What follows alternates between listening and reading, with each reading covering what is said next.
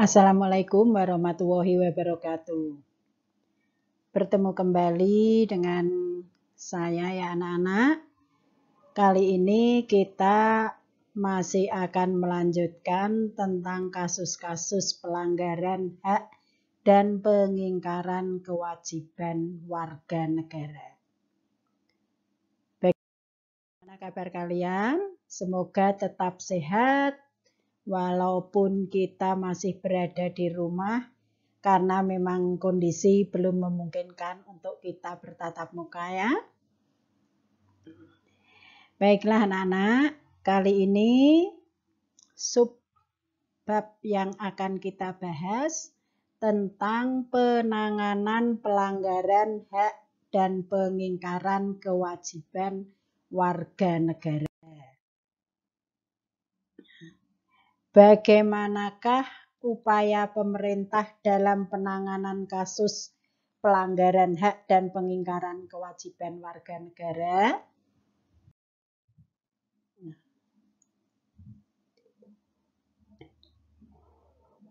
Di negara kita, negara Indonesia, seperti yang telah kalian ketahui bersama dan pahami bersama, bahwa negara kita adalah negara yang berlandaskan ideologi Pancasila, sehingga Pancasila ini menjadi landasan bagi bangsa dan negara Indonesia untuk melakukan segala sesuatu.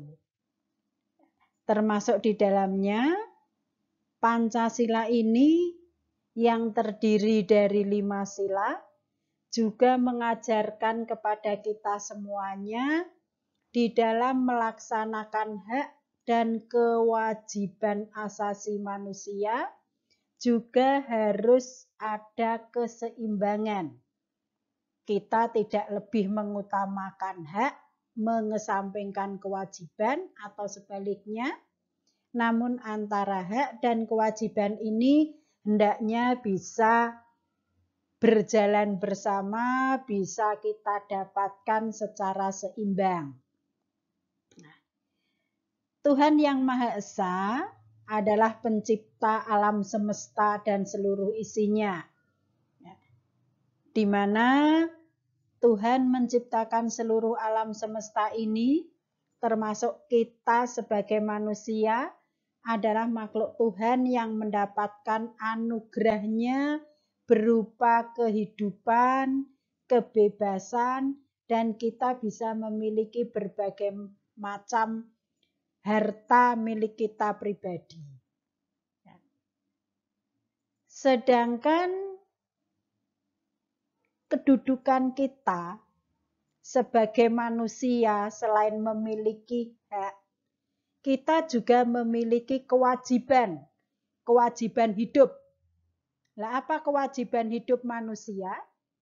Di antaranya adalah kita ini wajib untuk selalu berterima kasih, berbakti, dan bertakwa kepadanya.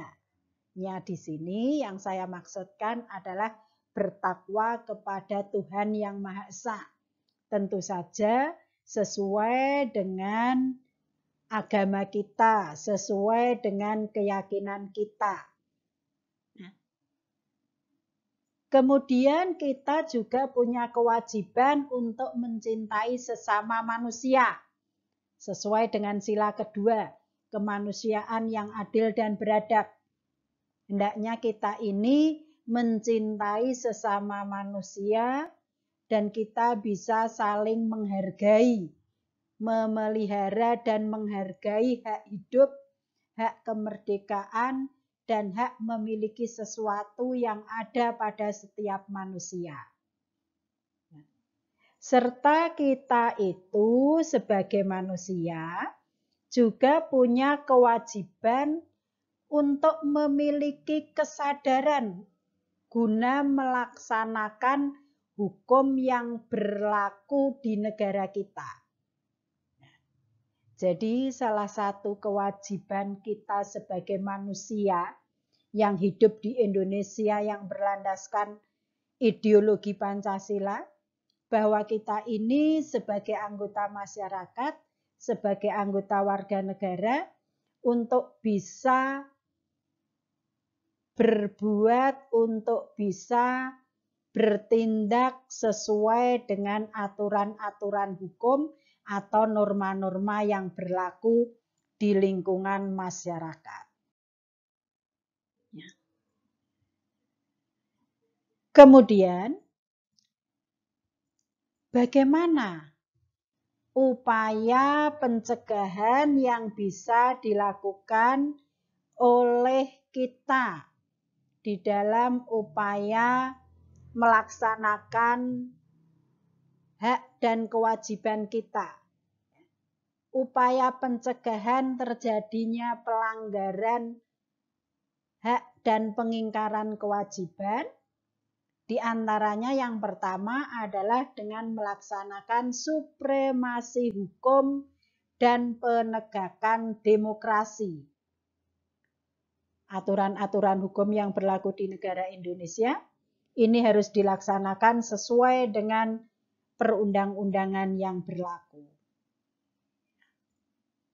Kemudian upaya pencegahan pelanggaran hak dan pengingkaran kewajiban berikutnya, yakni dengan optimalisasi peran lembaga-lembaga penegak hukum. Lembaga penegak hukum atau lembaga penegak keadilan. Di antaranya di negara Indonesia, lembaga-lembaga penegak hukum, yakni KPK. Apa itu KPK? Sudah paham ya? Komisi Pemberantasan Korupsi. Kemudian juga Ombudsman. Ini adalah salah satu lembaga negara yang juga bertugas untuk menegakkan hukum yang berlaku di negara Indonesia. Kemudian juga ada KPAI. Sudah tahu apa itu KPAI? Komisi Perlindungan Anak Indonesia. Ya. Itulah beberapa lembaga-lembaga penegak hukum yang ada di negara Indonesia. Upaya pencegahan berikutnya, yakni dengan meningkatkan kualitas pelayanan publik. Badan-badan atau lembaga-lembaga negara yang ada di negara Indonesia ini hendaknya harus bisa memberikan pelayanan yang memuaskan pada masyarakat. Munculnya reformasi birokrasi ini benar-benar bisa dirasakan oleh masyarakat sehingga di lembaga-lembaga pelayanan publik ini tidak ada lagi KKN, kolusi, korupsi, dan nepotisme. Yang keempat, adanya pengawasan dari masyarakat dan lembaga-lembaga politik. Itu juga merupakan salah satu upaya untuk mencegah terjadinya pelanggaran hak dan pengingkaran kewajiban. Yang kelima, penyebarluasan prinsip-prinsip kesadaran bernegara. Di negara Indonesia, seperti tadi saya katakan, ya, bahwa negara kita itu berlandaskan Pancasila, maka marilah dalam kehidupan kita sehari-hari, kita dalam melakukan apapun harus berlandaskan pada nilai-nilai ajaran Pancasila. Yang keenam, mengembangkan profesionalisme lembaga keamanan dan pertahanan negara. Lembaga keamanan baik itu lembaga TNI dan lembaga yang lainnya, lembaga kepolisian misalnya, ini bisa bekerja secara profesional. Upaya pencegahan yang ketujuh yang bisa dilakukan, yakni dengan adanya meningkatkan harmonisasi antar kelompok atau golongan dalam masyarakat.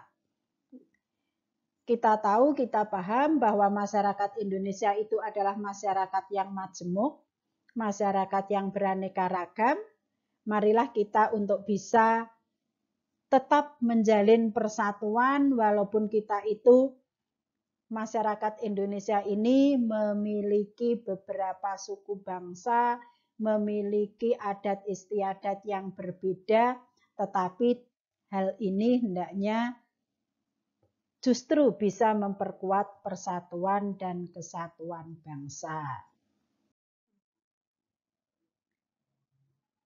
Kemudian kita lanjutkan dengan upaya penanganan.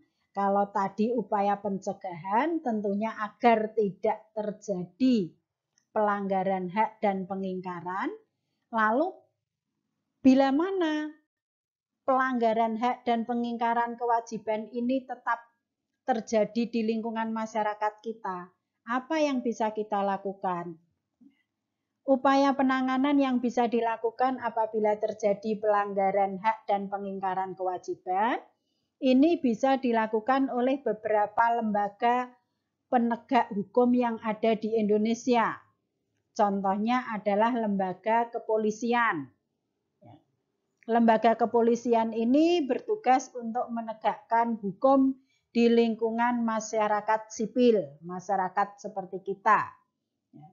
Kemudian lembaga TNI, Tentara Nasional Indonesia. Ini utamanya yang bertugas menjaga pertahanan dan keamanan negara Indonesia.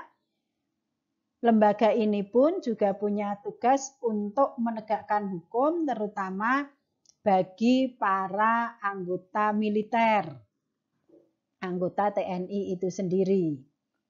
Kemudian upaya penanganan berikutnya, ini yang bisa dilakukan oleh lembaga KPK. Salah satu lembaga anti rasuah yang ada di Indonesia yang masih dipercaya oleh masyarakat Indonesia untuk menangani kasus-kasus korupsi. Kemudian berikutnya adalah lembaga peradilan. Lembaga peradilan merupakan salah satu lembaga yang bertugas untuk menegakkan hukum yang ada di lingkungan negara Indonesia, baik lembaga peradilan dari tingkat bawah, yakni lembaga peradilan negeri, lembaga pengadilan tinggi, maupun Mahkamah Agung. Ini merupakan lembaga peradilan sebagai benteng terakhir masyarakat untuk mendapatkan keadilan dalam kehidupan berbangsa dan bernegara. Lalu bagaimanakah untuk dapat membangun partisipasi masyarakat dalam pencegahan terjadinya pelanggaran hak dan kewajiban warga negara? Hal ini bisa terwujud manakala ada sinergi atau kerjasama antara pemerintah dan masyarakat. Masyarakat Indonesia yang beraneka ragam, yang sukunya juga berbeda-beda, yang agama dianut oleh penduduk Indonesia juga beraneka macam, ya, tidak sama. Ini mestinya masyarakat Indonesia dan juga pemerintah harus bisa selalu bergandengan tangan untuk menyelesaikan segala macam persoalan yang kita hadapi. Apalagi pada saat sekarang ini, negara Indonesia tidak hanya di negara kita, tapi juga masyarakat internasional sedang menghadapi suatu masalah kesehatan, ya, pandemi kesehatan ini. Mari kita bersama-sama, baik itu pemerintah ataupun masyarakat, harus bisa bekerja sama dengan baik. Pemerintah dan masyarakat ataupun masyarakat dengan masyarakat untuk bisa bergandeng tangan, bekerja sama, menyelesaikan persoalan-persoalan yang muncul, termasuk di dalamnya adalah untuk menangani masalah kesehatan pandemi COVID ini. Kerjasama pemerintah dan masyarakat itu dibutuhkan untuk pencegahan dan penanganan pelanggaran hak dan pengingkaran kewajiban warga negara. Ya, di mana manusia ini merupakan makhluk yang paling sempurna, makhluk yang beradab, maka kita ini harus bisa untuk selalu menghargai, menghormati keberadaan orang lain. Ya. Anak-anak, saya rasa untuk materi ini saya akhiri dahulu. Silakan kalian pun bisa mendapatkan penjelasan secara gamblang dengan membaca buku yang juga sudah saya kirim di link yang sudah saya bagi ya. Ini dulu yang saya sampaikan. Terima kasih yang sebesar-besarnya atas perhatiannya. Mohon maaf jika ada salah-salah kata dalam menyampaikan informasi. Terima kasih.